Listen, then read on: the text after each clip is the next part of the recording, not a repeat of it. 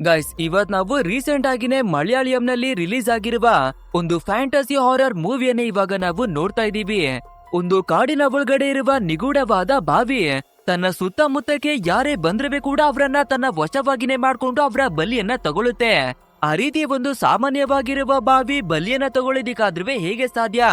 ಅದ್ರ ಒಳಗಡೆ ಯಾವ್ದಾದ್ರೂ ದುಷ್ಟಶಕ್ತಿ ಇದೆಯಾ ಅಥವಾ ಬೇರೆ ಏನಾದ್ರೂ ವಿಷಯ ಇದೆಯಾ ಅನ್ನೋದನ್ನ ಇವತ್ತಿನ ಈ ಮೂವಿಯಲ್ಲಿ ನಾವು ನೋಡೋದಿಕ್ಕೆ ಹೊರಟಿದೀವಿ. ಅಂದಾಗೆ ಮೂವಿಯ ಹೆಸರು ಬಂದು ದ ಸೀಕ್ರೆಟ್ ಆಫ್ ಕಳಿಂಗ ಅಂತ. ವಿಡಿಯೋ ಮಾತ್ರ ಸಖತ್ತಾಗಿದೆ, ಆದ್ರಿಂದ ಸ್ಕಿಪ್ ಅನ್ನ ಮಾಡದೆ ಕೊನೆವರೆಗೂ ನೋಡಿ. ಅಂಡ್ ಇಲ್ಲಿವರೆಗೂ ನಮ್ ಚಾನೆಲ್ ನ ಸಬ್ಸ್ಕ್ರೈಬ್ ಮಾಡಿಲ್ಲ ಅಂದ್ರೆ ಫಟಾಫಟ್ ಅಂತ ಸಬ್ಸ್ಕ್ರೈಬ್ ಮಾಡ್ಕೊಳ್ಳಿ. ಸರಿ, ಓಕೆ, ಇನ್ನು ತಡವನ್ನ ಮಾಡದೆ ಇವತ್ತಿನ ವಿಡಿಯೋವನ್ನ ಶುರು ಮಾಡೋಣ. ಓಪನಿಂಗ್ ಸೀನ್ ನಲ್ಲಿ ಅದಿರಾಪಲ್ಲಿ ಅನ್ನುವ ಒಂದು ದಟ್ಟವಾಗಿರುವ ಕಾಡನ್ನ ನಾವು ನೋಡ್ತೀವಿ. ಅಂಡ್ ಇದೇ ಕಾಡಿನ ಮಧ್ಯೆ ಶ್ರೀ ಕೃಷ್ಣ ವರ್ಮ ಅನ್ನುವ ಒಂದು ಕಾಲೇಜನ್ನವೇ ಕೂಡ ನಮ್ಗೆ ತೋರಿಸ್ತಾರೆ. ಇನ್ನು ಈ ಕಾಡಿನ ಬಗ್ಗೆ ನೋಡೋದಾದ್ರೆ ಜನಗಳು ಇದ್ರ ಬಗ್ಗೆ ತುಂಬಾನೇ ವಿಷಯಗಳನ್ನ ನಂಬ್ಕೊಂಡಿದ್ದಾರೆ. ಅಂದ್ರೆ ರಾತ್ರಿ ಆಗ್ತಿದಾಗಿನೇ ಒಂದು ಅಮಾನುಷವಾದ ಶಕ್ತಿ ಜನಗಳನ್ನ ಕರೆಯೋದಿಕ್ಕಾಗಿನೇ ಶುರು ಮಾಡುತ್ತೆ. ಅಂಡ್ ಆ ದುಷ್ಟಶಕ್ತಿಯನ್ನ ಮಂದಾಕಿನಿ ಅನ್ನೋದಾಗಿನವೇ ಕೂಡ ನಂಬ್ತಾರೆ. ಒಂದ್ ವೇಳೆ ಯಾರಾದ್ರೂ ಆ ಧ್ವನಿಯನ್ನ ಫಾಲೋ ಮಾಡ್ಕೊಂಡು ಕಾಡಿನ ಒಳಗಡೆಗಾಗಿನೇ ಬಂದ್ಬಿಟ್ರೆ ಅವರನ್ನ ದುಷ್ಟಶಕ್ತಿ ಬಲಿಯನ್ನಾಗಿನೇ ತಗೊಳುತ್ತೆ ಅನ್ನೋದಾಗಿನವೇ ನಂಬ್ಕೊಂಡಿದ್ದಾರೆ.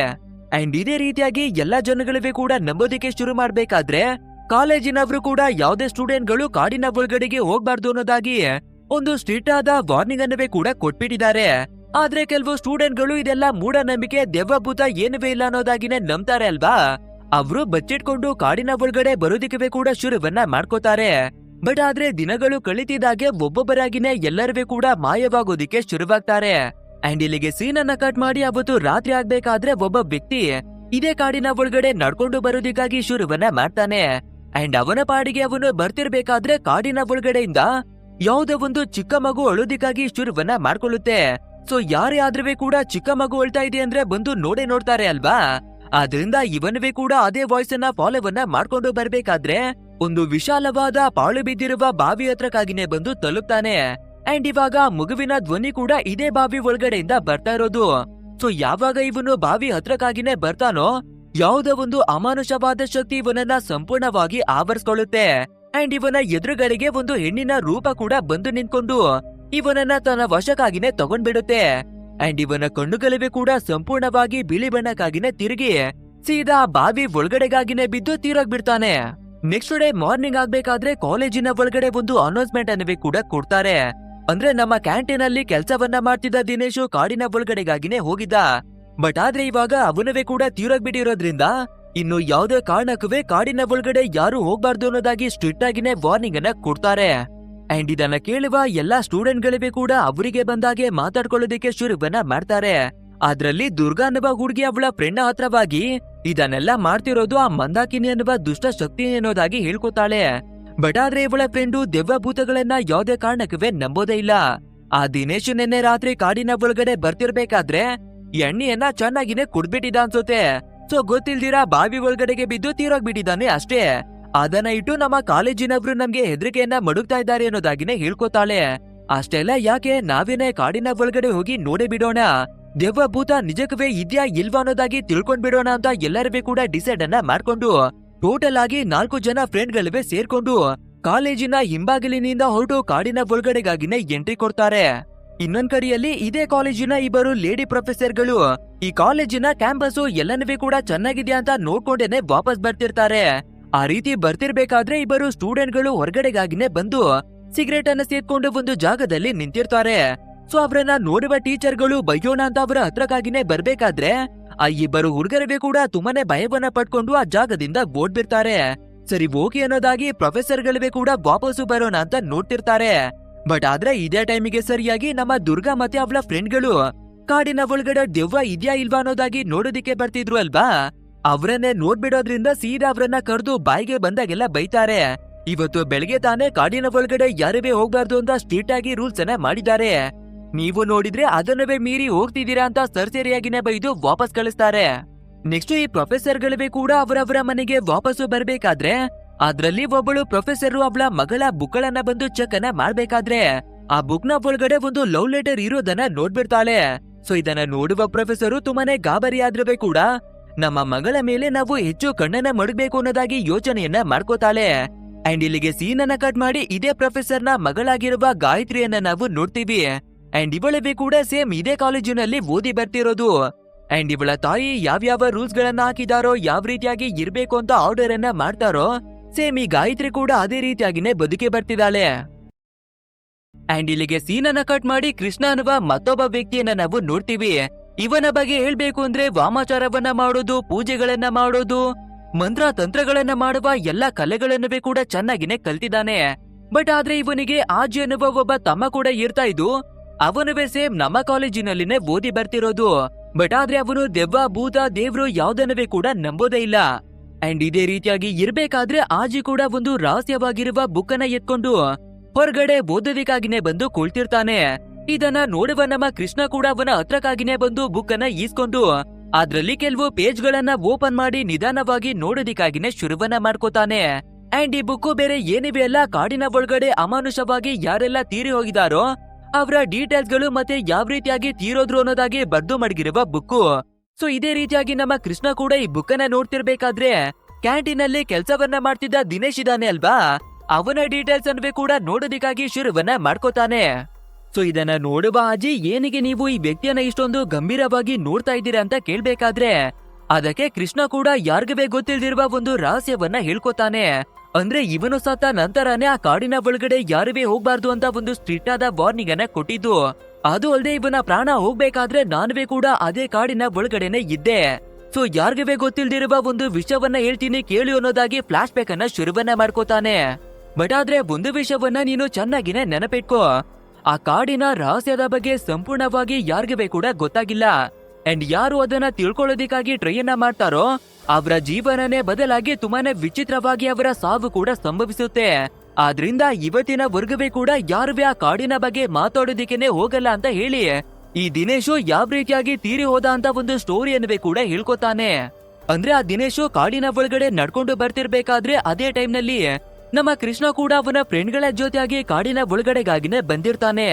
ಅಂಡ್ ಆ ದಿನೇಶ್ಗೆ ಒಂದು ಮಗು ಅಳುವ ಶಬ್ದ ಕೇಳಿತಾನೆ ಫಾಲೋವನ್ನ ಮಾಡಿ ಬರೋದು. ಸೊ ಅದನ್ನೆಲ್ಲ ನಮ್ಮ ಕೃಷ್ಣ ಕೂಡ ಅಬ್ಸರ್ವ್ ಅನ್ನ ಮಾಡ್ತಿರ್ತಾನೆ.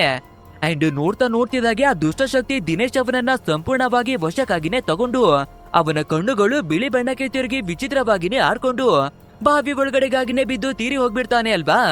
ಸೊ ಇದನ್ನ ನೋಡುವ ನಮ್ಮ ಕೃಷ್ಣ ತುಂಬಾನೇ ಗಾಬರಿಯಾಗಿ ಅವನ ಪ್ರಾಣವನ್ನುವೇ ಕಾಪಾಡ್ಕೊಂಡು ಓಡಿ ಬಂದಿದ್ದಾನೆ. ಅಂಡ್ ಇದ್ರಲ್ಲಿ ಶಾಕಿಂಗ್ ವಿಷಯ ಏನು ಅಂದ್ರೆ ಆ ಮಂದಾಕಿನಿ ಮನಸ್ಸನ್ನ ಮಾಡಿದ್ರೆ ನನ್ನ ಪ್ರಾಣವನ್ನುವೇ ಕೂಡ ತಗೋಬಹುದಾಗಿತ್ತು. ಬಟ್ ಆದ್ರೆ ನನ್ಗೆ ಏನನ್ನುವೇ ಕೂಡ ಮಾಡದೆ ವಾಪಸ್ಸು ಬರೋದಿಕ್ಕಾಗಿ ಹೇಗೆ ಬಿಡ್ತು? ಈ ಪ್ರಶ್ನೆಗೆ ಉತ್ತರವನ್ನ ನಾನು ಇನ್ನವೇ ಕೂಡ ಹುಡುಕ್ತಾ ಇದ್ದೀನಿ. ಅದು ಅಲ್ಲದೆ ಆ ಕಾಡಿನ ಒಳಗಡೆ ಇರುವ ಮಂದಾಕಿನಿ ಕೇವಲ ಒಂದು ಸ್ಟೋರಿ ಅಲ್ಲ, ಬದಲಾಗಿ ನಿಜವಾಗ್ಲೂ ಇರುವ ಒಂದು ದುಷ್ಟಶಕ್ತಿ ಅಂತ ಸಾಬೀತನ ಮಾಡೋದಿಕ್ಕಾಗಿ ನಾನು ಪ್ರತಿದಿನ ಒಂದೊಂದು ದಾರಿಯನ್ನವೇ ಕೂಡ ಹುಡುಕ್ತಾ ಇದ್ದೀನಿ ಅನ್ನೋದಾಗಿನೇ ಹೇಳ್ಕೊತಾನೆ. ಅಂಡ್ ಇದೇ ಕಾರಣಕ್ಕೆ ಆ ಕಾಡಿನ ಒಳಗಡೆ ಏನೇ ನಡೆದ್ರವೇ ಕೂಡ ನಮ್ಗೆ ಈಸಿಯಾಗಿ ಗೊತ್ತಾಗ್ಲಿ ಅಂತ ನಿನ್ನನ್ನುವೇ ಕೂಡ ಅದೇ ಕಾಲೇಜಿನ ಒಳಗಡೆಗಾಗಿನೇ ಸೇರ್ಸಿರೋದು ಅಂತ ಹೇಳ್ಕೊತಾನೆ. ಅಂಡ್ ಇಲ್ಲಿಗೆ ಸೀನ್ ಅನ್ನ ಕಟ್ ಮಾಡಿ ಕಾಲೇಜ್ನಲ್ಲಿರುವ ಕೆಲವು ಸ್ಟೂಡೆಂಟ್ ಗಳನ್ನ ನಾವು ನೋಡ್ಬೇಕಾದ್ರೆ ಕಾಡಿನ ಒಳಗಡೆ ಯಾವುದೇ ದೆವ್ವನವೇ ಇಲ್ಲ, ಭೂತನವೇ ಇಲ್ಲ ಅನ್ನೋದಾಗಿ ಹೋರಾಟವನ್ನ ಮಾಡೋದಿಕ್ಕೆ ಶುರು ಮಾಡ್ಕೋತಾರೆ. ಅಂದ್ರೆ ನಮ್ಮನ್ನ ಜಬರ್ದಸ್ತಿಯಾಗಿ ಕಾಲೇಜಿನ ಒಳಗಡೆನೆ ಕೂಡಾಕಿ ಮಡಗಿದ್ದೀರಾ, ನಾವು ಓಡಾಡ್ಬೇಕು, ಸುತ್ತಾಡ್ಬೇಕು, ಕಾಡಿನ ಒಳಗಡೆ ಎಂಜಾಯ್ ಮಾಡ್ಬೇಕು. ಸೊ ನೀವು ಮಡಗಿರುವ ರೂಲ್ಸ್ ಗಳನ್ನ ಆದಷ್ಟು ಬೇಗ ತೆಗೆದು ಹಾಕಿ ಅಂತ ಹೋರಾಟವನ್ನ ಮಾಡೋದಿಕ್ಕಾಗಿ ರೆಡಿಯಾಗಿದ್ದಾರೆ.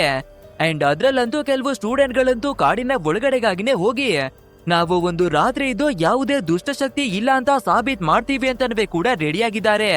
ಇನ್ನೊಂದ್ ಕಡೆ ಕಾಲೇಜಿನ ಒಳಗಡೆ ನಾವು ನೋಡ್ಬೇಕಾದ್ರೆ ನಮ್ಮ ಆಜಿ ಮತ್ತೆ ಪ್ರೊಫೆಸರ್ನ ಮಗಳಾಗಿರುವ ಗಾಯತ್ರಿ ಇಬ್ಬರೇ ಕೂಡ ಒಂದೇ ಕ್ಲಾಸಿನಲ್ಲಿ ಓದ್ತಾ ಇರೋದು. ಸೊ ಇವಾಗ ಈ ಗಾಯತ್ರಿ ನಮ್ಮ ಆಜಿ ಅವನ ಹತ್ರಕ್ಕಾಗಿನೇ ಬಂದು ಅವನ ನೋಟ್ಸ್ ಅನ್ನ ಕೇಳ್ತಾಳೆ. ಸೊ ಇವನವೇ ಕೂಡ ಕೊಡ್ತಾನೆ. ಬಟ್ ಆದ್ರೆ ಇವನ ಹ್ಯಾಂಡ್ ರೈಟಿಂಗು ಸ್ವಲ್ಪನವೇ ಕೂಡ ಅವಳಿಗೆ ಅರ್ಥನೇ ಆಗೋದಿಲ್ಲ. ಆದ್ರಿಂದ ನಮ್ಮ ಆಜಿನೇ ಬಂದು ಎಲ್ಲವನ್ನವೇ ಕೂಡ ಅರ್ಥ ಮಾಡ್ಸೋದಕ್ಕಾಗಿ ಶುರುವನ್ನ ಮಾಡ್ಕೋತಾನೆ. ಸೊ ಇದೇ ರೀತಿಯಾಗಿ ಒಬ್ಬರಿಗೆ ಒಬ್ಬರು ಹೆಲ್ಪ್ ಅನ್ನ ಮಾಡ್ಕೊಂಡು ಸ್ಟಡಿಯನ್ನ ಮುಂದುವರಿಸಬೇಕಾದ್ರೆ ಇಬ್ಬರ ನಡುವೆನವೇ ಒಂದು ಬಾಂಡಿಂಗ್ ಬಂದು ಫ್ರೆಂಡ್ಶಿಪ್ ಆಗುತ್ತೆ. ಫ್ರೆಂಡ್ಶಿಪ್ ಲವ್ ಆಗಿ ಕನ್ವರ್ಟ್ ಆಗುತ್ತೆ. ಅಂಡ್ ಇನ್ನೊಂದ್ ಕಡೆಯಲ್ಲಿ ನಮ್ಮ ಕೃಷ್ಣನನ್ನ ನಾವು ನೋಡ್ಬೇಕಾದ್ರೆ ಈ ಮಂದಾಕಿನಿ ಅಂದ್ರೆ ಯಾರು, ಏನಕ್ಕೆ ಇವಳು ಬಾವಿ ಒಳಗಡೆ ಅಡಿಕೊಂಡಿದ್ದಾಳೆ, ಅಂಡ್ ಇವಳು ದುಷ್ಟಶಕ್ತಿಯಾಗಿ ಬದಲಾಗಿದ್ದಾದ್ರೂ ಹೇಗೆ, ಅದ್ರ ಜೊತೆಗೆ ರಾಜ ಕೃಷ್ಣವರ್ಮನ ಜೊತೆ ಇವಳಿಗೆ ಇರುವ ಸಂಬಂಧ ಏನು ಅನ್ನೋದಾಗಿ ಎಲ್ಲವನ್ನುವೇ ತಿಳ್ಕೊಳ್ಳೋದಿಕ್ಕಾಗಿ ಹೊಸ ಹೊಸ ಗ್ರಂಥಗಳಾಗಿರ್ಬಹುದು, ಪುಸ್ತಕಗಳಾಗಿರ್ಬಹುದು ಎಲ್ಲವನ್ನುವೇ ಕೂಡ ರೆಫರ್ ಅನ್ನ ಮಾಡೋದಕ್ಕೆ ಶುರುವನ್ನ ಮಾಡ್ಕೋತಾನೆ. ಅಂಡ್ ಇದ್ರ ಜೊತೆಗೆ ನಮ್ಗೆ ಮತ್ತೊಂದು ಫ್ಲಾಶ್ ಬ್ಯಾಕ್ ಅನ್ನುವೇ ಕೂಡ ತೋರಿಸ್ತಾರೆ. ಅದೇ ಇಬ್ಬರು ಲೇಡಿ ಪ್ರೊಫೆಸರ್ಗಳು ಕಾಲೇಜಿನಿಂದ ಮನೆಗೆ ಹೋಗ್ತಿರ್ಬೇಕಾದ್ರೆ ಇಬ್ಬರು ಹುಡುಗರು ಹೊರಗಡೆಗಾಗಿನೇ ಬಂದು ಸಿಗರೇಟ್ ಅನ್ನ ಸೇದಿ ನಿಂತಿದ್ರು ಅಲ್ವಾ. ಅವ್ರನ್ನ ಈ ಪ್ರೊಫೆಸರ್ಗಳು ನೋಡ್ಬೇಕಾದ್ರೆ ಅವರು ಕಾಡಿನ ಒಳಗಡೆಗಾಗಿನೇ ಓಡಿ ಬಂದಿದ್ದಾರೆ. ಅಂಡ್ ಆ ಇಬ್ಬರು ಹುಡುಗರು ಬೇರೆ ಯಾರಿವೆ ಅಲ್ಲ, ನಮ್ಮ ಕೃಷ್ಣ ಮತ್ತೆ ಅವನ ಫ್ರೆಂಡು. ಆ ರೀತಿ ಓಡ್ಕೊಂಡು ಅವರು ಕಾಡಿನ ಒಳಗಡೆ ಇರುವ ಬಾವಿ ಹತ್ರಕ್ಕಾಗಿನೇ ಬಂದು ತಲುಪಿದ್ದಾರೆ.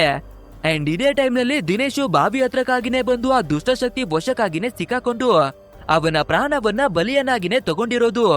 ಸೊ ಇದನ್ನ ನಮ್ಮ ಕೃಷ್ಣ ಮತ್ತೆ ಅವನ ಫ್ರೆಂಡು ಇಬ್ಬರವೇ ಕೂಡ ನೋಡಿರೋದ್ರಿಂದ ನಮ್ಮ ಕೃಷ್ಣ ಅವನ ಫ್ರೆಂಡ್ವೇ ಕೂಡ ಮಂದಾಕಿನಿಯನ್ನ ನಂಬ್ಕೊಂಡು ಅವಳ ಬಗ್ಗೆ ನಾವು ಎನ್ಕ್ವೈರಿಯನ್ನ ಮಾಡ್ಬೇಕು ಅನ್ನೋದಾಗಿ ಕೃಷ್ಣ ಅವನಿಗೆ ಸಪೋರ್ಟ್ ಅನ್ನ ಮಾಡೋದಕ್ಕಾಗಿನೇ ನಿಂತ್ಕೊಂಡಿದ್ದಾನೆ. ಅಂಡ್ ಈ ಕಡೆ ಕಾಲೇಜ್ ಒಳಗಡೆ ನೋಡ್ಬೇಕಾದ್ರೆ ನಾವು ಕಾಡಿನ ಒಳಗಡೆಗೆ ಹೋಗ್ಲೇಬೇಕು ಅಂತ ಎಲ್ಲಾ ಸ್ಟೂಡೆಂಟ್ಗಳಿವೆ ಸೇರ್ಕೊಂಡು ಒಂದು ದೊಡ್ಡದಾದ ಹೋರಾಟವನ್ನ ಶುರು ಮಾಡ್ಕೊಂಡಿದ್ದಾರೆ. ಅಂಡ್ ಇವರ ಹೋರಾಟವನ್ನ ನೋಡ್ಬೇಕಾದ್ರೆ ಕಾಲೇಜಿನಬ್ರು ಇವರ ರೂಲ್ಸ್ ಅನ್ನ ತೆಗೆದು ಕಾಡಿನ ಒಳಗಡೆ ಹೋಗೋದಿಕ್ಕೆ ಪರ್ಮಿಷನ್ ಅನ್ನ ಕೊಡ್ಲೇಬೇಕು ಆ ಲೆವೆಲ್ಗೆ ನಡೆಸ್ತಾ ಇದ್ದಾರೆ. ಇನ್ನೊಂದ್ ಕಡೆ ನಮ್ಮ ಆಜಿ ಮತ್ತೆ ಗಾಯತ್ರಿಯನ್ನ ನಾವು ನೋಡೋದಾದ್ರೆ ಇಬ್ಬರವೇ ಕೂಡ ಸ್ಟಡಿಯನ್ನ ಮಾಡ್ಕೊಂಡು ಒಂದು ಜಾಗದಲ್ಲಿ ಕುಳಿತಿರ್ತಾರೆ. ಆವಾಗ ನಮ್ಮ ಗಾಯತ್ರಿ ಆಜಿ ಹತ್ರವಾಗಿ ಮಂದಾಕಿನಿ ಅಂದ್ರೆ ಯಾರು ಅಂಡ್ ಈ ಕಾಡಿನ ಒಳಗಡೆ ಅಂತದ್ದು ಏನ್ ತಾನೇ ನಡೀತಾ ಇದೆ ಅನ್ನೋದಾಗಿ ಕ್ವಶನ್ ಅನ್ನ ಕೇಳ್ಬೇಕಾದ್ರೆ ಅದಕ್ಕೆ ನಮ್ಮ ಆಜಿ ಕೂಡ ಕೃಷ್ಣ ಹೇಳಿರುವ ಕೆಲವು ಸ್ಟೋರಿಗಳನ್ನ ಹೇಳೋದಿಕ್ಕೆ ಶುರುವನ್ನ ಮಾಡ್ಕೋತಾನೆ. 100 ವರ್ಷಗಳ ಹಿಂದೆ ರಾಜ ಕೃಷ್ಣವರ್ಮ ಅನ್ನುವ ಒಬ್ಬ ರಾಜನಿದ್ದ. ಅಂಡ್ ಅವನ ಆಡಳಿತ ಯಾವ ಮಟ್ಟಿಗೆ ಫೇಮಸ್ ಆಗಿತ್ತು ಅಂದ್ರೆ ಅವನನ್ನ ಸೋಲಿಸೋದಿಕ್ಕೆ ಯಾವ ರಾಜನಿಗೆ ಕೂಡ ಆಗ್ತಾನೆ ಇರ್ಲಿಲ್ಲ. ಅಂಡ್ ಅವನು ಏನಕ್ಕೆ ಸೋಲ್ತಾ ಇರ್ಲಿಲ್ಲ ಅಂದ್ರೆ ಅವನ ಹತ್ರ ವಿಶೇಷವಾಗಿರುವ ಒಂದು ದ್ರವವಿತ್ತು. ಆ ದ್ರವವನ್ನ ಕುಡಿದ್ರೆ 100 ಆನೆಗಳನ್ನ ಸೋಲಿಸುವಷ್ಟು ಶಕ್ತಿ ಕೂಡ ಬಂದ್ಬಿಡ್ತಾ ಇತ್ತಂತೆ. ಅಂಡ್ ಅದನ್ನ ಇಟ್ಟು ಆ ರಾಜ ಕೃಷ್ಣವರ್ಮ ಕೂಡ ಯುದ್ಧಗಳನ್ನ ಮಾಡಿ ಎಲ್ಲರನ್ನುವೆ ಸೋಲಿಸಿ ಆಗ್ತಿದ್ದ. ಸೊ ಎಷ್ಟೋ ರಾಜರುವೆ ಕೂಡ ದ್ರವದ ಬಗ್ಗೆ ತಿಳ್ಕೊಳ್ಳೋದಿಕ್ಕಾಗಿ ತುಂಬಾನೇ ಕಷ್ಟವನ್ನುವೆ ಕೂಡ ಪಟ್ಟಿದ್ರು. ಆದ್ರೆ ಯಾರ ಕೈಯಲ್ಲವೇ ಕೂಡ ರಹಸ್ಯವನ್ನ ತಿಳ್ಕೊಳ್ಳೋದಿಕ್ಕೆ ಸಾಧ್ಯನೇ ಆಗ್ಲಿಲ್ಲ. ಅಂಡ್ ಇವನ ರಾಜ್ಯದಲ್ಲಿ ಚಿನ್ನ, ಬೆಳ್ಳಿ, ವಜ್ರ, ಮುತ್ತು, ರತ್ನ ಎಲ್ಲನವೇ ಕೂಡ ತುಂಬಿ ತುಳುಕಾಡ್ತಿತ್ತು. ಸೊ ಈ ರೀತಿಯಾಗಿ ನಿರಂತರವಾಗಿ ಇವನು ನೆಮ್ಮದಿಯಿಂದ ಬದುಕ್ತಾ ಇರ್ಬೇಕಾದ್ರೆ ಒಂದು ಆದಿವಾಸಿಗಳ ಗುಂಪು ಇವರ ಹತ್ರ ಸಹಾಯವನ್ನ ಕೇಳ್ಕೊಂಡೇನೆ ಬರುತ್ತೆ. ಆದ್ರೆ ಆದಿವಾಸಿಗಳು ಬಂದಿರ್ತಾ ಇರೋದೇ ಈ ರಾಜನ ರಹಸ್ಯವನ್ನ ತಿಳ್ಕೊಳ್ಳೋದಿಕ್ಕಾಗಿ. ಸೊ ಕೊನೆಗೆ ಆ ದ್ರವ ಅಂದ್ರೆ ಏನು, ಹೇಗಿರುತ್ತೆ, ಅದನ್ನ ಯಾವ ರೀತಿ ತಯಾರನ್ನ ಮಾಡ್ತಾರೆ ಅಂತ ಎಲ್ಲವನ್ನವೇ ಕೂಡ ತಿಳ್ಕೊತಾರೆ. ಸೊ ಈ ರೀತಿಯಾಗಿ ತಿಳ್ಕೊಬೇಕಾದ್ರೆ ಯಾರವೇ ಕೂಡ ಯೋಚನೆ ಮಾಡ್ದಿರುವ ಒಂದು ವಿಷಯನೇ ಗೊತ್ತಾಗುತ್ತೆ. ಅಂದ್ರೆ ಎಲ್ಲಾ ರಹಸ್ಯದ ಹಿಂದೆ ಅಡಗಿರುವ ಶಕ್ತಿ ಬೇರೆ ಯಾರಿವೆ ಅಲ್ಲ, ಆ ರಾಜ ಕೃಷ್ಣವರ್ಮನ ತಂಗಿಯಾಗಿರುವ ಮಂದಾಕಿನಿ.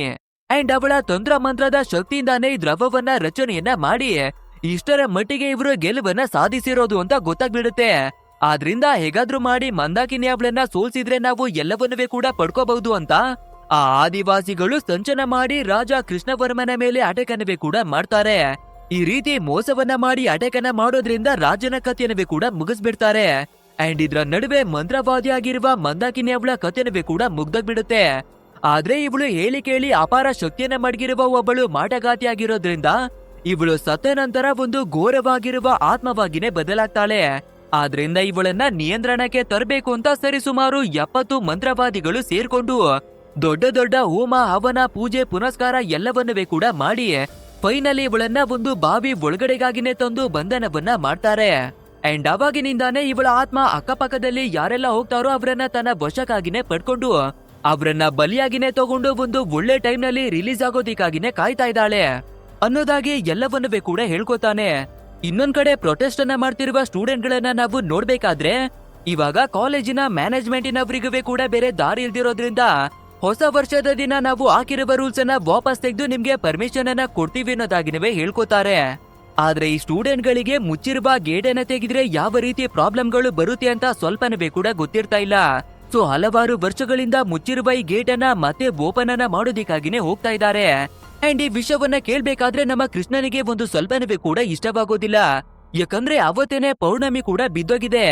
ಅದು ಅಲ್ಲದೆ ಇದು ನಾರ್ಮಲ್ ಆಗಿರುವ ಪೌರ್ಣಮಿ ಎಲ್ಲ ಬದಲಾಗಿ ರಕ್ತಚಂದ್ರನ ಪೌರ್ಣಮಿ ಆಗಿದೆ. ಅಂಡ್ ಇಂಥ ಟೈಮ್ ನಲ್ಲಿ ದುಷ್ಟಶಕ್ತಿಗಳ ಶಕ್ತಿ ಇನ್ನವೇ ಕೂಡ 100 ಪಟ್ಟಾಗಿ ಬದಲಾಗುತ್ತೆ. ಸೊ ಅಪ್ಪಿತಪ್ಪಿ ಏನಾದ್ರೂ ಮಂದಾಕಿನಿ ರಿಲೀಸ್ ಆಗಿ ಬಂದ್ಬಿಟ್ರೆ ಎಲ್ಲನೂ ಧ್ವಂಸವಾಗುತ್ತೆ ಅಂತ ಯೋಚನೆ ಮಾಡಿ ನಮ್ಮ ಕೃಷ್ಣ ಮಂದಾಕಿನಿಯನ್ನ ತಡೆಯೋದಿಕ್ಕಾಗಿ ಒಂದು ಹೋಮವನ್ನೂ ಕೂಡ ಅರೇಂಜ್ ಅನ್ನ ಮಾಡ್ಕೋತಾನೆ. ಈ ಕಡೆ ಕಾಲೇಜಿನ ಒಳಗಡೆ ಇರುವ ಕೆಲವು ಸ್ಟೂಡೆಂಟ್ ಗಳನ್ನ ನಾವು ನೋಡ್ಬೇಕಾದ್ರೆ ಹೇಗಿದ್ರು ನಾಳೆ ಆ ಗೇಟ್ ಅನ್ನ ಓಪನ್ ಮಾಡ್ತಾರೆ ಅಲ್ವಾ. ಅದಕ್ಕಿಂತ ಮುಂಚೆ ನಾವೇನೆ ಕಾಡಿನ ಒಳಗಡೆಗಾಗಿನೇ ಹೋಗಿ ಒಂದು ರೌಂಡು ಸುತ್ತಾಡ್ಕೊಂಡು ಬರೋಣ ಅಂತ ಸೀದಾ ಬಾವಿ ಹತ್ರಕ್ಕಾಗಿನೇ ಬರ್ತಾರೆ. ಅಂಡ್ ಅಲ್ಲಿ ಬಂದು ನೋಡ್ಬೇಕಾದ್ರೆ ಮಂದಾಕಿನಿ ಅವಳನ್ನ ಬಂಧಿಸಿ ಆ ಬಾವಿ ಮೇಲ್ಗಡೆ ಯಂತ್ರ ತಂತ್ರಗಳನ್ನೆಲ್ಲ ಕಟ್ಟಿ ಮಡ್ಗಲಾಗಿರುತ್ತೆ. ಸೊ ಇದನ್ನ ನೋಡುವ ಸ್ಟೂಡೆಂಟ್ಗಳು ಆ ಯಂತ್ರ ತಂತ್ರ ಮಂತ್ರ ಎಲ್ಲವನ್ನೂ ಕೂಡ ಕಿತ್ತಾಕಿ ಕ್ಲೀನ್ ಅನ್ನ ಮಾಡ್ತಾರೆ. ಅಂಡ್ ಇಲ್ಲಿಗೆ ಸೀನ್ ಕಟ್ ಮಾಡಿ ಓಪನಿಂಗ್ ಸೀನ್ ನಲ್ಲಿ ದುರ್ಗಾ ಮತ್ತೆ ಅವಳ ಫ್ರೆಂಡ್ಗಳು ಎಲ್ಲರೂ ಸೇರ್ಕೊಂಡು ದೆವ್ವ ಇದ್ಯಾ ಇಲ್ವಾ ಅನ್ನೋದಾಗಿ ನೋಡೋಣ ಅಂತ ಕಾಡಿನ ಒಳಗಡೆ ಬರ್ತಿದ್ರು ಅಲ್ವಾ. ಅವ್ರನ್ನ ನಾವು ಪ್ರೆಸೆಂಟ್ ನಲ್ಲಿ ನೋಡ್ಬೇಕಾದ್ರೆ ಎಲ್ಲರಿಗೂ ಕೂಡ ಚೆನ್ನಾಗಿನೇ ಬೆಳ್ಕೊಂಡು ಬೇರೆ ಬೇರೆ ಕಡೆಯಲ್ಲಿ ಕೆಲಸವನ್ನೇ ಕೂಡ ಹುಡಿಕೊಂಡಿದ್ದಾರೆ. ಅಂಡ್ ಇವಾಗ ಕಾಡಿನ ಒಳಗಡೆಗೆ ಹಾಕಿರುವ ಗೇಟ್ ಅನ್ನವೇ ಕೂಡ ನಾಳೆ ಓಪನ್ ಮಾಡ್ತಾ ಇದ್ದಾರೆ ಎನ್ನುವ ವಿಷಯ ಗೊತ್ತಾಗುತ್ತೆ. ಸೊ ಅದನ್ನ ಕೇಳ್ತಿದ್ದಾಗಿ ಅಟ್ಲೀಸ್ಟ್ ಇವಾಗಾದ್ರೂ ಕಾಡಿನ ಒಳಗಡೆಗಾಗಿ ಹೋಗೋಣ, ನಮ್ಮ ಹಳಿಯ ನೆನಪುಗಳನ್ನ ನೆನಪಿಸ್ಕೊಳ್ಳೋಣ ಅನ್ನೋದಾಗಿ ಯೋಚನೆಯನ್ನ ಮಾಡ್ಕೊಂಡು ಈ 4 ಜನರುವೆ ಸ್ಯಾರಿಯನ್ನ ಹಾಕೊಂಡು ನಮ್ಮ ಕಾಲೇಜಿನ ಕಡೆಗೆ ಎಂಟ್ರಿಯನ್ನವೇ ಕೂಡ ಕೊಡ್ತಾರೆ. ಅಂಡ್ ಇಲ್ಲಿಗೆ ಸೀನ್ ಅನ್ನ ಕಟ್ ಮಾಡಿ ಕಾಲೇಜಲ್ಲಿರುವ ನಮ್ಮ ಆಜಿ ಅವನನ್ನ ನಾವು ನೋಡ್ಬೇಕಾದ್ರೆ ಇವನ ಲವರ್ ಆಗಿರುವ ಗಾಯತ್ರಿಗೆ ನಿರಂತರವಾಗಿ ಕಾಲ್ ಅನ್ನ ಮಾಡಿ ಬರ್ತಾ ಇದ್ದಾನೆ. ಬಟ್ ಆದ್ರೆ ಇವನು ಎಷ್ಟೇ ಸಲ ಕಾಲು ಮೆಸೇಜ್ ಅನ್ನ ಮಾಡಿದ್ರೂ ಕೂಡ ಗಾಯತ್ರಿ ರಿಪ್ಲೈ ಅನ್ನ ಕೊಡ್ತಾ ಇಲ್ಲ. ಯಾಕಂದ್ರೆ ಗಾಯತ್ರಿ ಅವಳು ನಮ್ಮ ಆಜಿಯನ್ನ ಲವ್ ಮಾಡ್ತಿರುವ ವಿಷಯ ಅವಳ ಮದರ್ಗೆ ಗೊತ್ತಾಗ್ಬಿಟ್ಟಿದೆ.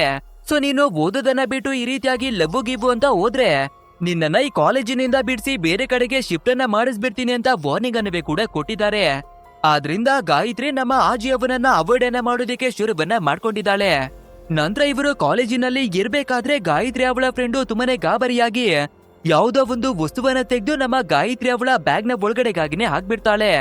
ನೆಕ್ಸ್ಟ್ ಇವರು ಮನೆಗೆ ಬಂದ ನಂತರ ಅದೇ ಫ್ರೆಂಡು ನಮ್ಮ ಗಾಯತ್ರಿಗೆ ಕಾಲ್ ಅನ್ನ ಮಾಡಿ, ನಾನು ಭಯವನ್ನ ಪಡ್ಕೊಂಡು ಒಂದು ವಸ್ತುವನ್ನ ನಿನ್ನ ಬ್ಯಾಗ್ ನ ಒಳಗಡೆಗಾಗಿನೇ ಹಾಕ್ಬಿಟ್ಟಿದ್ದೀನಿ.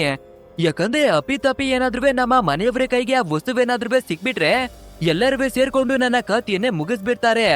ಆದ್ರಿಂದ ಭಯವನ್ನ ಪಡ್ಕೊಂಡು ಆ ವಸ್ತುವನ್ನ ನಿನ್ನ ಬ್ಯಾಗ್ ಒಳಗಡೆಗೆನೆ ಹಾಕ್ಬಿಟ್ಟಿದ್ದೀನಿ. ಸೊ ಆದಷ್ಟು ಬೇಗ ಆ ವಸ್ತುವನ್ನ ತೆಗೆದು ಎಲ್ಲಾದ್ರೂ ಬಿಸಾಕ್ಬಿಡು ಅನ್ನೋದಾಗಿನೇ ಹೇಳ್ಕೊತಾಳೆ. ಸೊ ಇದನ್ನ ಕೇಳುವ ನಮ್ಮ ಗಾಯತ್ರಿ ಕೂಡ ಸರಿ ಓಕೆ ಅಂತ ಇವಳ ಬ್ಯಾಗ್ ಅನ್ನ ಬಂದು ನೋಡ್ಬೇಕಾದ್ರೆ ಫುಲ್ಲು ಶಾಕ್ ಆಗ್ಬಿಡ್ತಾಳೆ. ಯಾಕಂದ್ರೆ ಇವಳ ಬ್ಯಾಗ್ ಅನ್ನ ಬೈ ಮಿಸ್ ಆಗಿ ಕಾಲೇಜಿನ ಒಳಗಡೆನೆ ಬಿಟ್ಟು ಬಂದ್ಬಿಟ್ಟಿದ್ದಾಳೆ.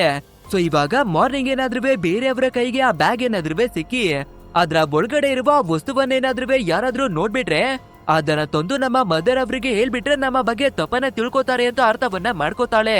ಸೊ ಇವಾಗ ಟೆನ್ಷನ್ ಅಲ್ಲಿ ನಾವು ಏನ್ ಮಾಡೋದು, ಆ ವಸ್ತುವನ್ನ ಹೇಗೆ ಎಸೆಯೋದು ಅನ್ನೋದಾಗಿನೇ ಟೆನ್ಷನ್ ಆಗ್ತಾಳೆ. ನಂತರ ಫೋನ್ ಅನ್ನ ಎತ್ಕೊಂಡು ಸೀದಾ ನಮ್ಮ ಆಜಿಗೆ ಹೆಲ್ಪ್ ಅನ್ನ ಕೇಳೋಣ ಅನ್ನೋದಾಗಿ ಕಾಲ್ ಅನ್ನ ಮಾಡ್ತಾಳೆ. ಈ ಕಡೆ ನಮ್ಮ ಆಜಿಯನ್ನ ನೋಡ್ಬೇಕಾದ್ರೆ ಅವನ ಚಿಕ್ಕಪ್ಪನ ಜೊತೆ ಕುಳಿತುಕೊಂಡು ಎಣ್ಣೆಯನ್ನ ಕುಡಿತಿರ್ತಾನೆ. ಅಂಡ್ ಇದೇ ಟೈಮಿಗೆ ಕಾಲ್ ಬರ್ಬೇಕಾದ್ರೆ ಪಿಕ್ ಅನ್ನ ಮಾಡಿ, ನಾವಿಬ್ಬರುವೆ ಸ್ವಲ್ಪ ಹೊರಗಡೆಗೆ ಹೋಗ್ಬೇಕು, ಆದಷ್ಟು ಬೇಗ ಬರ್ತಿ ಅನ್ನೋದಾಗಿ ರಿಕ್ವೆಸ್ಟ್ ಅನ್ನ ಮಾಡ್ಕೋತಾಳೆ. ಸೊ ಇವನವೇ ಕೂಡ ಸರಿ ಓಕೆ ಅನ್ನೋದಾಗಿನೇ ಒಪ್ಕೋತಾನೆ.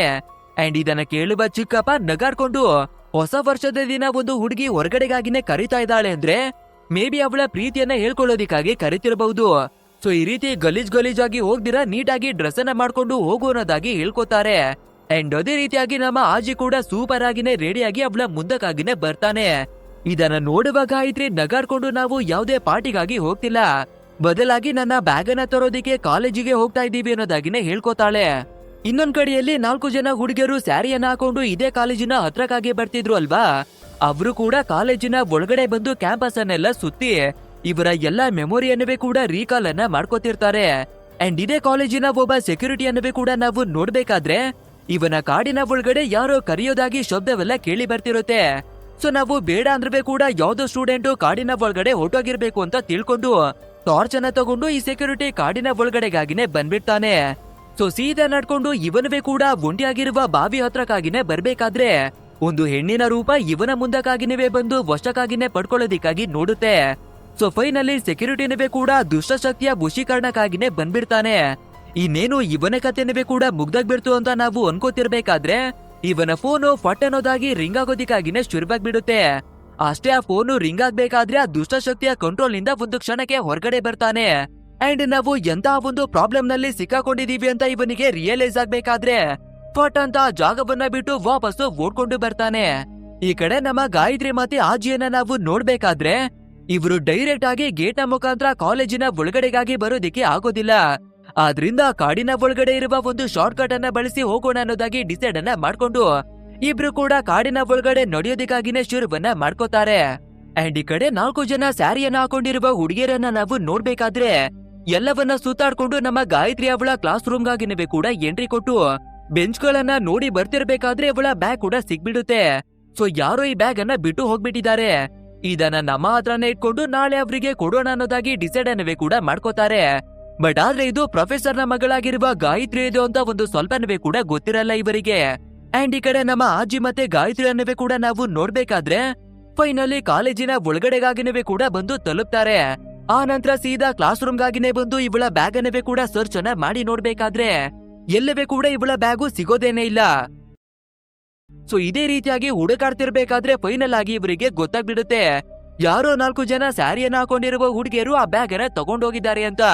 ಸೊ ನಮ್ಮ ಆಜಿ ಆ ಬ್ಯಾಗ್ ಅನ್ನ ನಾನೇನೆ ಇಸ್ಕೊಂಡು ಬರ್ತೀನಿ ಅಂತ ಲೇಡಿಗಳ ಹತ್ರಕ್ಕಾಗಿನೇ ಬಂದು ಆ ಬ್ಯಾಗ್ ಅನ್ನ ತಗೊಳ್ಳೋದಕ್ಕಾಗಿನೇ ನೋಡ್ತಿರ್ತಾನೆ. ಅಂಡ್ ಇದೇ ಟೈಮಿಗೆ ಸರಿಯಾಗಿ ನಮ್ಮ ಗಾಯತ್ರಿ ಕೂಡ ಅವರ ಹತ್ರಕ್ಕಾಗಿನೇ ಬಂದು ಆಕ್ಚುಲ್ ಆಗಿ ಬ್ಯಾಗು ನನ್ನದೇನೆ, ದಯವಿಟ್ಟು ಕೊಡಿ ಅನ್ನೋದಾಗಿ ರಿಕ್ವೆಸ್ಟ್ ಅನ್ನ ಮಾಡ್ಕೋತಾಳೆ. ಸೊ ಇದನ್ನ ಕೇಳುವ ಲೇಡಿಗಳಿಗೆ ತುಂಬಾನೇ ಡೌಟ್ಗಳು ಬಂದು ಆ ಬ್ಯಾಗ್ ಅನ್ನ ಚೆಕ್ ಮಾಡೋದಿಕ್ಕೆ ಶುರುವನ್ನ ಮಾಡ್ತಾರೆ. ಅಂಡ್ ಫೈನಲಿ ನಮ್ಮ ಗಾಯತ್ರಿ ಅವಳ ಫ್ರೆಂಡು ಒಂದು ವಸ್ತುವನ್ನವೇ ಕೂಡ ಮಡಗಿದ್ಲು ಅಲ್ವಾ, ಅದನ್ನ ನೋಡುವ ಈ ಲೇಡಿಗಳು ನಮ್ಮ ಗಾಯತ್ರಿಯನ್ನ ರೇಗ್ಸೋದಿಕ್ಕಾಗಿ ಶುರುವನ್ನ ಮಾಡ್ಕೋತಾರೆ. ಏನು ಹುಡ್ಗ ಹುಡ್ಗಿ ಇಬ್ಬರವೇ ಕೂಡ ಸೇರ್ಕೊಂಡು ಕಾಲೇಜಿನ ಒಳಗಡೆ ಇಂಥ ಕೆಲ್ಸಗಳನ್ನ ಮಾಡ್ತಿದ್ದೀರಾ, ಅಂಡ್ ಇದನ್ನೆಲ್ಲ ನಿಮ್ಮ ಬ್ಯಾಗ್ ನ ಒಳಗಡೆ ಮಡಿಕೊಂಡಿದ್ದೀರಲ್ಲ ಅಂತ ಅದನ್ನ ತೆಗೆದು ತೋರಿಸ್ಬೇಕಾದ್ರೆ ನಮ್ಮ ಆಜಿ ಒಂದು ಕ್ಷಣಕ್ಕೆನೆ ಗಾಬರಿಗೆ ಒಳಗಾಗ್ತಾನೆ. ನಂತರ ಗಾಯತ್ರಿ ಅವಳ ಮೇಲೆ ಕೋಪವನ್ನವೇ ಕೂಡ ಮಾಡ್ಕೊಂಡು, ನಾನು ನಿನ್ನನ್ನ ತುಂಬಾನೇ ಒಳ್ಳೆ ಹುಡುಗಿ ಅಂತ ಅನ್ಕೊಂಡು ಪ್ರೀತಿಯನ್ನವೇ ಕೂಡ ಮಾಡಿ ಬರ್ತಿದ್ದೆ, ಬಟ್ ಆದ್ರೆ ಇಂಥ ಕೆಲ್ಸಗಳನ್ನ ನೀನು ಯಾವಾಗಿನಿಂದ ಮಾಡಿ ಬರ್ತಿದ್ಯಾ, ಅಂಡ್ ನೀನಿಂದ ಅವಳು ಅಂತ ನಾನು ಯಾವತ್ತೂ ಕೂಡ ಅನ್ಕೊಂಡಿರ್ಲಿಲ್ಲ ಅನ್ನೋದಾಗಿ ಚೆನ್ನಾಗಿನೇ ಬೈದ್ ಬಿಡ್ತಾನೆ. ಸೊ ಇದನ್ನ ಕೇಳುವ ನಮ್ಮ ಗಾಯತ್ರಿ ಕೂಡ ಎಲ್ಲವನ್ನವೇ ಕೂಡ ಎಕ್ಸ್ಪ್ಲೇನ್ ಅನ್ನ ಮಾಡಿ, ಆಕ್ಚುಲ್ ಆಗಿ ಆ ವಸ್ತು ನನ್ನದಲ್ಲ, ಬದಲಾಗಿ ನನ್ನ ಫ್ರೆಂಡ್ ಅದ್ದು, ಅಂಡ್ ಅವಳು ಗಾಬರಿಯನ್ನ ಪಡ್ಕೊಂಡು ನನ್ನ ಬ್ಯಾಗ್ ಅಲ್ಲಿ ಹಾಕಿದಾಳೆ, ಸೊ ಅದನ್ನ ಬಿಸಾಕೋದಿಕ್ಕಾಗಿನೇ ಇಲ್ಲಿವರೆಗೂ ಬಂದಿದ್ದು ಅಂತ ಎಲ್ಲವನ್ನ ಹೇಳ್ಬೇಕಾದ್ರೆ ನಮ್ಮ ಆಜಿಗೆ ಕೂಡ ಎಲ್ಲನವೇ ಅರ್ಥವಾಗುತ್ತೆ. ಅಂಡ್ ಇಲ್ಲಿಗೆ ಸೀನನ್ನ ಕಟ್ ಮಾಡಿ ನಮ್ಮ ಕೃಷ್ಣವನನ್ನ ನೋಡ್ಬೇಕಾದ್ರೆ ಇವನು ಮಂದಾಕಿನಿಯ ಬಗ್ಗೆ ಇನ್ನವೇ ಕೂಡ ಇನ್ಫಾರ್ಮೇಶನ್ ಗಳನ್ನ ಕಲೆಕ್ಟ್ ಮಾಡಿ ಬರ್ತಿದ್ದ ಅಲ್ವಾ. ಸೊ ಇವಾಗ ಫೈನಲ್ ಆಗಿ ಮಂದಾಕಿನಿ ಅವಳ ರಹಸ್ಯ ಏನು ಅನ್ನೋದಾಗಿ ಎಲ್ಲನವೇ ಕೂಡ ಗೊತ್ತಾಗ್ಬಿಡುತ್ತೆ. ಅಂದ್ರೆ ಈ ಮಂದಾಕಿನಿ ರಾಜ ಕೃಷ್ಣವರ್ಮನ ತಂಗಿ ಅನ್ನೋದಾಗಿನೇ ತಿಳ್ಕೊಂಡಿದ್ವಿ, ಬಟ್ ಆದ್ರೆ ಇವಾಗ ಅದು ಎಲ್ಲನವೇ ಕೂಡ ಸುಳ್ಳು ಅನ್ನೋದಾಗಿನೇ ಗೊತ್ತಾಗತ್ತೆ. ಅಂದ್ರೆ ಈ ಮಂದಾಕಿನಿ ಬೇರೆ ಯಾರಿವೆ ಅಲ್ಲ, ರಾಜ ಕೃಷ್ಣವರ್ಮನ ಸ್ವಂತ ಮಗಳು. ಸೊ ಇವಳನ್ನ ಬಿಟ್ರೆ ಆ ರಾಜನಿಗೆ ಯಾವುದೇ ಮಕ್ಕಳು ಆಗೋದಿಲ್ಲ. ಆದ್ರಿಂದ ನಮ್ಮ ಮಗಳನ್ನ ನಾವು ಶಕ್ತಿಶಾಲಿಯಾಗಿನೇ ಮಾಡ್ಬೇಕು ಅಂತ ಯೋಚನೆಯನ್ನ ಮಾಡುವ ರಾಜ ಇವಳಿಗೆ ಮಂತ್ರ ತಂತ್ರ ವಿದ್ಯೆಗಳನ್ನ ಕಲ್ಸೋದಿಕ್ಕಾಗಿ ಶುರುವನ್ನ ಮಾಡ್ಕೋತಾನೆ. ಅಂಡ್ ಅದೇ ರೀತಿಯಾಗಿ ಇವಳುವೆ ಕೂಡ ನಿರಂತರವಾಗಿ ಅಭ್ಯಾಸಗಳನ್ನ ಮಾಡ್ಬೇಕಾದ್ರೆ ಒಬ್ಬಳು ಘೋರ ಮಂತ್ರವಾದಿಯಾಗಿನೇ ಬದಲಾಗ್ತಾಳೆ. ಅಂಡ್ ಇವಳ ಶಕ್ತಿಯಿಂದಾನೇ ಆ ವಿಶೇಷವಾಗಿರುವ ದ್ರವವನ್ನವೇ ಕೂಡ ರಚನೆಯನ್ನ ಮಾಡೋದು. ಆ ನಂತರ ಈ ರಹಸ್ಯದ ಬಗ್ಗೆ ತಿಳ್ಕೊಳ್ಳೋದಿಕ್ಕಾಗಿ ಎಷ್ಟೋ ರಾಕ್ಷಸರು, ದುಷ್ಟಶಕ್ತಿಗಳು, ಮಾಟ ಮಂತ್ರದವರು ಎಲ್ಲರೂ ಕೂಡ ಇವರ ಮೇಲೆ ಅಟೆಕನ ಮಾಡೋದಿಕ್ಕಾಗಿನೇ ಬರ್ತಾರೆ. ಬಟ್ ಆದ್ರೆ ಈ ಮಂದಾಕಿನಿಯ ಶಕ್ತಿ ಎಷ್ಟರ ಮಟ್ಟಿಗೆ ಇದೆ ಅಂದ್ರೆ ಇವಳ ಮುಂದೆ ಒಂದೇ ಒಂದು ರಾಕ್ಷಸನ್ನವೇ ಕೂಡ ನಿಲ್ಲೋದಿಕ್ಕೆ ಆಗೋದಿಲ್ಲ, ಅಷ್ಟೊಂದು ಶಕ್ತಿಶಾಲಿಯಾಗಿ ಬದಲಾಗಿದ್ದಾಳೆ ಈ ಮಂದಾಕಿನಿ. ಬಟ್ ಆದ್ರೆ ಆದಿವಾಸಿಗಳ ರೂಪದಲ್ಲಿ ಕೆಲವೊಂದಷ್ಟು ಮಂತ್ರವಾದಿಗಳು ಬಂದು ಮೋಸವನ್ನ ಮಾಡಿ ಇವಳ ಕಥೆಯನ್ನ ಮುಗಿಸಿ ಆಗ್ಬಿಡ್ತಾರೆ. ಆದ್ರೂ ಕೂಡ ಇವಳು ಒಂದು ಭಯಂಕರವಾಗಿರುವ ಆತ್ಮವಾಗಿನೇ ಬದಲಾಗ್ತಾಳೆ. ಆದ್ರಿಂದ ಇವಳನ್ನ ಕಂಟ್ರೋಲ್ ಮಾಡೋದಿಕ್ಕೆ ಅಂತ 108 ಶಕ್ತಿಶಾಲಿಯಾಗಿರುವ ಮಂತ್ರವಾದಿಗಳು ಬಂದು ಒಂದು ದೊಡ್ಡ ಹೋಮ ಹವನಗಳನ್ನ ಮಾಡಿ ಬಾವಿ ಒಳಗಡೆ ಇವಳನ್ನ ಬಂಧಿಸಿ ಮಡಗಿದ್ದಾರೆ ಅನ್ನೋದಾಗಿ ನಮ್ಮ ಕೃಷ್ಣ ಎಲ್ಲವನ್ನವೇ ಕೂಡ ಕಂಡು ಹಿಡ್ಕೋತಾನೆ. ಬಟ್ ಆದ್ರೆ ಇವನ ಒಳಗಡೆ ಇನ್ನವೇ ಕೂಡ ಕಾಡ್ತಾ ಇರುವ ಒಂದು ಕ್ವಶನ್ ಏನು ಅಂದ್ರೆ, ಈ ಮಂದಾಕಿನಿ ಮನಸ್ಸನ್ನ ಮಾಡಿದ್ರೆ ಅವತ್ತು ನಮ್ಮ ಕಥೆಯನ್ನವೇ ಕೂಡ ಮುಗಿಸಬಹುದಿತ್ತು, ಬಟ್ ಆದ್ರೆ ಏನಕ್ಕೆ ನಮ್ಮನ್ನ ಮುಗಿಸಿಲ್ಲ ಅನ್ನೋದಾಗಿ ಇನ್ನವೇ ಕೂಡ ಕಾಡ್ತಿದೆ. ಅಂಡ್ ಇಲ್ಲಿಗೆ ಸೀನನ್ನ ಕಟ್ ಮಾಡಿ ನಮ್ಮ ಗಾಯತ್ರಿ ಮತ್ತೆ ಆಜಿಯನ್ನ ನಾವು ನೋಡ್ಬೇಕಾದ್ರೆ ಇಬ್ರು ಬಂದಿದ್ದ ಕೆಲ್ಸ ಆಗಿರೋದ್ರಿಂದ ವಾಪಸ್ಸು ಮನೆ ಕಡೆಗಾಗಿನೇ ಹೊರಟಿ ಬರ್ತಿದ್ದಾರೆ. ಅಂಡ್ ಇನ್ನೊಂದ್ ಕಡೆಯಲ್ಲಿ ದುರ್ಗಾ ಮತ್ತೆ ಅವಳ ಫ್ರೆಂಡ್ಗಳಿವೆ ಕೂಡ ಕಾಲೇಜಿನಲ್ಲಿ ಸುತ್ತಾಡಿ ಬರ್ತಿದ್ರು ಅಲ್ವಾ. ಸೊ ಇವಾಗ ಇವ್ರು ಕೂಡ ವಾಪಸ್ಸು ಹೋಗೋಣ ಅಂತ ಕಾಡಿನ ಕಡೆಯಿಂದ ಬರ್ತಿರ್ಬೇಕಾದ್ರೆ ನಮ್ಮ ದುರ್ಗಾಗೆ ಇದೇ ಬಾವಿ ಕಡೆಯಿಂದ ಶಬ್ದಗಳು ಕೇಳೋದಿಕ್ಕೆ ಶುರುವಾಗುತ್ತೆ. ಸೊ ಇದರಿಂದ ಅಟ್ರಾಕ್ಟ್ ಆಗುವ ನಮ್ಮ ದುರ್ಗಾ ಕೂಡ ಬಾವಿ ಕಡೆಗಾಗಿನೇ ನಡ್ಕೊಂಡು ಬರ್ತಿರ್ತಾಳೆ. ಅಂಡ್ ಅದನ್ನ ನೋಡುವ ಫ್ರೆಂಡ್ಗಳು ಇವಳನ್ನ ತಡೆಯೋದಿಕ್ಕೆ ಎಷ್ಟೋ ಟ್ರೈ ಅನ್ನ ಮಾಡ್ತಾರೆ, ಬಟ್ ಆದ್ರೆ ಆಗೋದಿಲ್ಲ. ಅಂಡ್ ಈ ಕಡೆ ನಮ್ಮ ಗಾಯತ್ರಿ ಮತ್ತೆ ಆಜಿಯನ್ನವೇ ಕೂಡ ನಾವು ನೋಡ್ಬೇಕಾದ್ರೆ ಇವರಿಗವೇ ಕೂಡ ಸೇಮ್ ಬಾವಿ ಒಳಗಡೆಯಿಂದ ಶಬ್ದಗಳು ಕೇಳೋದಿಕ್ಕೆ ಶುರುವಾಗುತ್ತೆ. ಅಂಡ್ ನೋಡ್ತಿದ್ದಾಗೆ ಆ ದುಷ್ಟಶಕ್ತಿ ನಮ್ಮ ಆಜಿ ಅವನನ್ನ ತನ್ನ ವಶಕ್ಕಾಗಿನೇ ಪಡ್ಕೊಂಡ್ಬಿಡುತ್ತೆ. ಸೊ ನಮ್ಮ ಆಜಿ ಕೂಡ ಅವನ ಸಂಪೂರ್ಣವಾದ ಕಂಟ್ರೋಲ್ ಅನ್ನವೇ ಕೂಡ ಕಳ್ಕೊಂಡು ಸೀದಾ ಬಾವಿ ಒಳಗಡೆಗಾಗಿನೇ ಬಂದು ಬಿದ್ದೋಗ್ಬಿಡ್ತಾನೆ. ಇದನ್ನ ನೋಡುವ ನಮ್ಮ ಗಾಯತ್ರಿ ತುಂಬಾನೇ ಗಾಬರಿಯನ್ನವೇ ಕೂಡ ಪಡ್ಕೊಂಡು ಯಾರಾದ್ರೂ ಕಾಪಾಡಿ ಅನ್ನೋದಾಗಿ ಜೋರಾಗಿ ಕಿರುಚ್ಕೊಳ್ಳೋದಿಕ್ಕೆ ಶುರುವನ್ನ ಮಾಡ್ಕೋತಾಳೆ. ಸೊ ಇದನ್ನ ಕೇಳುವ ಸೆಕ್ಯೂರಿಟಿ ಆಗಿರ್ಬಹುದು, ಆ 4 ಜನ ಲೇಡಿಗಳಾಗಿರ್ಬಹುದು, ಎಲ್ಲರಿಗೂ ಕೂಡ ಓಡ್ಕೊಂಡು ಬಂದು ಇವನನ್ನ ಕಾಪಾಡೋದಿಕ್ಕಾಗಿ ಟ್ರೈ ಅನ್ನ ಮಾಡ್ತಾರೆ. ಅಂಡ್ ಇದೇ ಟೈಮ್ ನಲ್ಲಿ ನಮ್ಮ ಗಾಯತ್ರಿ ಕೂಡ ಕೃಷ್ಣ ಅವನ ಮನೆಗೆ ಕಾಲ್ ಅನ್ನ ಮಾಡಿ ಈ ರೀತಿ ಬಾವಿ ಒಳಗಡೆ ಒಬ್ರು ಬಿದ್ದೋಗಿದ್ದಾರೆ ಅನ್ನೋದಾಗಿ ಹೇಳ್ಕೋಬೇಕಾದ್ರೆ ಇದನ್ನ ಕೇಳುವ ಕೃಷ್ಣ ಬಾವಿ ಒಳಗಡೆಗೆ ಯಾರು ಬೀಳ್ತಾರೋ ಅವರು ಮತ್ತೆ ಬದುಕೋದಿಕ್ಕೆ ಸಾಧ್ಯನೇ ಇಲ್ಲ, ಇಲ್ಲಿ ವರ್ಗವೇ ಯಾರುವೇ ಕೂಡ ಬದುಕಿ ವಾಪಸ್ಸು ಬಂದಿರುವ ಹಿಸ್ಟ್ರಿನೇ ಇಲ್ಲ ಅನ್ನೋದಾಗಿ ಹೇಳ್ಕೋತಾನೆ. ಅಂಡ್ ಇದನ್ನ ಕೇಳುವ ನಮ್ಮ ಗಾಯತ್ರಿ ಕೂಡ ಬಾವಿ ಒಳಗಡೆ ಬಿದ್ದಿರೋದು ಬೇರೆ ಯಾರಿವೆ ಅಲ್ಲ, ನಿಮ್ಮ ತಮ್ಮನಾಗಿರುವ ಆಜಿ ಅನ್ನೋದಾಗಿ ಹೇಳ್ಕೋಬೇಕಾದ್ರೆ ನಮ್ಮ ಕೃಷ್ಣ ಅವನ ತಲೆ ಕೈಕಾಲು ಎಲ್ಲನವೇ ಕೂಡ ನಡ್ಗೋದಿಕ್ಕೆ ಶುರುವಾಗ್ಬಿಡುತ್ತೆ. ಇಲ್ಲಿವರೆಗುವೆ ನಾವು ಯಾವ ವಿಷಯದ ಮೇಲೆ ರಿಸರ್ಚ್ ಅನ್ನ ಮಾಡಿ ಬರ್ತಿದೀವೋ, ಇವತ್ತು ಅದೇ ಶಕ್ತಿ ನಮ್ಮ ತಮ್ಮನನ್ನ ಬಲಿಯನ್ನಾಗಿನೇ ತಗೊಳ್ತಾ ಇದೆಯಾ ಅನ್ನೋದಾಗಿ ನಡ್ಗೋಗ್ಬಿಡ್ತಾನೆ. ಅಂಡ್ ಈ ಕಡೆ ನಮ್ಮ ಸೆಕ್ಯೂರಿಟಿ ಆಗಿರಬಹುದು, ಗಾಯತ್ರಿ ಆಗಿರಬಹುದು, ದುರ್ಗಾ ಮತ್ತೆ ಫ್ರೆಂಡ್ಗಳಾಗಿರ್ಬಹುದು, ಎಲ್ಲರನ್ನವೇ ಕೂಡ ನೋಡ್ಬೇಕಾದ್ರೆ ಒಂದು ಹಗ್ಗವನ್ನ ಬಾವಿ ಒಳಗಡೆ ಬಿಟ್ಟು ಮೇಲೆ ಎತ್ತೋದಿಕ್ಕಾಗಿ ಟ್ರೈ ಅನ್ನವೇ ಕೂಡ ಮಾಡ್ತಿದ್ದಾರೆ. ಸೊ ಇದೇ ರೀತಿಯಾಗಿ ಕಷ್ಟವನ್ನ ಪಡ್ಬೇಕಾದ್ರೆ ಫೈನಲ್ ಆಗಿ ನಮ್ಮ ಆಜಿ ಕೂಡ ಅದೇ ಹಗ್ಗವನ್ನ ಇಟ್ಕೊಂಡು ಮೇಲಕ್ಕಾಗಿನೇ ಬರ್ತಾನೆ. ಅಷ್ಟೇ ಇದನ್ನ ನೋಡ್ಬೇಕಾದ್ರೆ ಎಲ್ಲರಿಗೂ ಕೂಡ ಒಂದು ಕ್ಷಣಕ್ಕೆನೆ ಶಾಕ್. ಯಾಕಂದ್ರೆ ಇಲ್ಲಿವರೆಗುವೆ ಬಾವಿ ಒಳಗಡೆ ಹೋಗಿರೋರು ಯಾರುವೇ ಕೂಡ ಜೀವಂತವಾಗಿ ಹೊರಗೆ ಬಂದಿಲ್ಲ. ಸೊ ಇವನು ಹೇಗೆ ಬಂದ ಅನ್ನೋದಾಗಿ ಎಲ್ಲರೂ ಗಾಬರಿಯಾಗಿದ್ದಾರೆ. ಅಂಡ್ ಈ ವಿಷಯ ನಮ್ಮ ಕೃಷ್ಣವನಿಗೆ ಕೂಡ ಗೊತ್ತಾಗ್ಬೇಕಾದ್ರೆ ಸದ್ಯ ನಮ್ಮ ತಮ್ಮ ಬದುಕಿ ಉಳಿದ್ನಲ್ಲ ಸಾಕು ಅನ್ನೋದಾಗಿ ನಿಟ್ಟುಸಿರನ್ನ ಬಿಡ್ತಾನೆ. ಆ ನಂತರ ತಮ್ಮನನ್ನ ಭೇಟಿಯಾಗೋದಿಗಾಗಿ ಪಟ್ ಅಂತ ಹೊರಟು ಬರ್ತಾನೆ. ನೆಕ್ಸ್ಟ್ ನೋಡ್ಬೇಕಾದ್ರೆ ನಮ್ಮ ಕೃಷ್ಣಗವಿ ಕೂಡ ಸೇಮ್ ಕ್ವಶನ್ ಕಾಡೋದಿಕ್ಕೆ ಶುರುವಾಗುತ್ತೆ. ಬಾವಿ ಒಳಗಡೆ ಹೋಗಿದ್ದ ನನ್ನ ತಮ್ಮನನ್ನ ಮಂದಾಕಿನಿ ಏನಕ್ಕೆ ಜೀವಂತವಾಗಿ ಕಳ್ಸಿದ್ಲು? ಸೊ ಈ ರೀತಿ ಬಕ್ಕಿ ಬರೋದ್ರ ಹಿಂದೆ ರಹಸ್ಯ ಏನಿದೆ ಅಂತ ಮತ್ತೆ ಎನ್ಕ್ವೈರಿಯನ್ನ ಮಾಡ್ಕೊಂಡು ಹುಡುಕಾಡ್ಬೇಕಾದ್ರೆ ಇವನು ಯೋಚನೆ ಕೂಡ ಮಾಡಿರೋದಿಲ್ಲ ಅಂತಹ ಮತ್ತೊಂದು ಟ್ವಿಸ್ಟ್ ಗೊತ್ತಾಗುತ್ತೆ. ಅಂದ್ರೆ ಇವರು ಹುಡುಕಾಡ್ತಿರ್ಬೇಕಾದ್ರೆ ಒಂದು ಫೋಟೋ ಇವರ ಕೈಗಾಗಿ ಸಿಗುತ್ತೆ. ಅಂಡ್ ಆ ಫೋಟೋ ಬೇರೆ ಯಾರ್ದಿವೆ ಅಲ್ಲ, ಮಂದಾಕಿನಿ ಅವಳ ಒಬ್ಬಳು ತಂಗಿಯದ್ದು.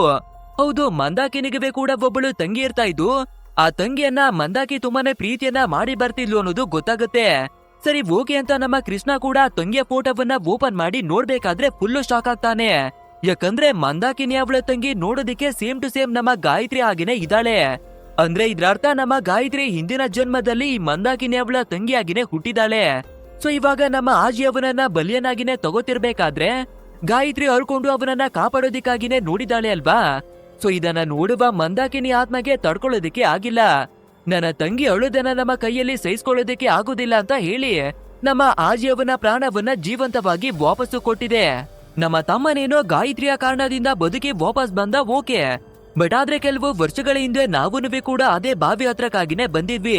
ನಮ್ಮನೇನಕ್ಕೆ ಬಲಿಯನ್ನ ತಗೊಳ್ತೀರಾ ಮಂದಾಕಿನಿ ಬಿಟ್ಲು ಅನ್ನೋದಾಗಿ ಯೋಚನೆಯನ್ನ ಮಾಡಿ ಮತ್ತೆ ಹುಡುಕಾಡೋದಿಕ್ಕೆ ಶುರುವನ್ನ ಮಾಡ್ಬೇಕಾದ್ರೆ ಇನ್ನೊಂದು ವಿಷಯ ಗೊತ್ತಾಗುತ್ತೆ. ಅಂದ್ರೆ 100 ವರ್ಷಗಳ ಹಿಂದೆ ನಮ್ಮ ಕೃಷ್ಣನ ಹಾಗೇನೆ ಒಬ್ಬ ಯೋಧ ಕೂಡ ಇರ್ತಾನೆ. ಅಂಡ್ ಆ ಯೋಧ ಮತ್ತೆ ಮಂದಾಕಿನಿ ಇಬ್ಬರಿಗೂ ಕೂಡ ಸಂಬಂಧಪಟ್ಟ ಯಾವುದೋ ಒಂದು ವಿಷಯನೇ ಇದೆ. ಸೊ ಅದೇ ಕಾರಣಕ್ಕೆ ನಮ್ಮ ಕೃಷ್ಣನನ್ನವೇ ಕೂಡ ಏನುವೆ ಮಾಡ್ದಿರ ವಾಪಸ್ಸು ಬಿಟ್ಟು ಕಳ್ಸಿರೋದು. ಸೊ ಆ ರಹಸ್ಯ ಏನಾಗಿರ್ಬಹುದು, ನಮ್ಮ ಕೃಷ್ಣನಿಗೆ ಮಂದಾಕಿಗೆ ಇರುವ ಸಂಬಂಧ ಆದ್ರೂ ಏನು, ಹಾಗೆ ಮುಂದೆ ಏನಾಗುತ್ತೆ ಅನ್ನೋದನ್ನ ನಾವು ಪಾರ್ಟ್ 2 ಮೂವಿನಲ್ಲಿ ನೋಡ್ಬೇಕಾಗುತ್ತೆ. ಅಂದ್ರೆ ಈ ಮೂವಿಯನ್ನ ಇಲ್ಲಿಗೇನೆ ಏನ್ ಮಾಡ್ತಾರೆ. ಗೈಸ್, ಈ ಮೂವಿ ಹೇಗಿತ್ತು ಅಂತ ತಪ್ಪದೆ ನಮ್ಗೆ ಕಮೆಂಟ್ ಮೂಲಕ ತಿಳಿಸಿ. ಹಾಗೆ ವಿಡಿಯೋವೇನಾದ್ರೂ ಇಷ್ಟವಾಗಿದ್ರೆ ಒಂದು ಲೈಕ್ ಅನ್ನ ಕೊಟ್ಟು ನಮ್ಮ ಚಾನೆಲ್ ಅನ್ನ ಸಬ್ಸ್ಕ್ರೈಬ್ ಮಾಡ್ಕೊಳ್ಳಿ. ಹಾಗೆ ಹೊಸದಾಗಿ ಬರ್ತಿರುವ ಮೂವಿಗಳನ್ನ ಎಕ್ಸ್ಪ್ಲೇನ್ ಮಾಡೋದಿಕ್ಕೆ ಅಂತಾನೆ ಒಂದು ಹೊಸ ಚಾನೆಲ್ ಅನ್ನ ಕ್ರಿಯೇಟ್ ಮಾಡಿ, ಅದನ್ನವೇ ಕೂಡ ಡಿಸ್ಕ್ರಿಪ್ಷನ್ ಅಲ್ಲಿ ಕೊಟ್ಟಿದೀವಿ. ಸೊ ಮಿಸ್ ಅನ್ನ ಮಾಡದೆ ನಮ್ಮ ಹೊಸ ಚಾನೆಲ್ ಅನ್ನವೇ ಕೂಡ ಸಬ್ಸ್ಕ್ರೈಬ್ ಮಾಡಿ ಸಪೋರ್ಟ್ ಅನ್ನ ಮಾಡಿ. ಸೊ ಇಂಥದ್ದೇ ಒಂದು ಮಾಸ್ ಆಗಿರುವ ಮತ್ತೊಂದು ಮೂವಿಯಲ್ಲಿ ಮತ್ತೆ ಭೇಟಿಯಾಗೋಣ. So thanks for watching guys and take care of your self.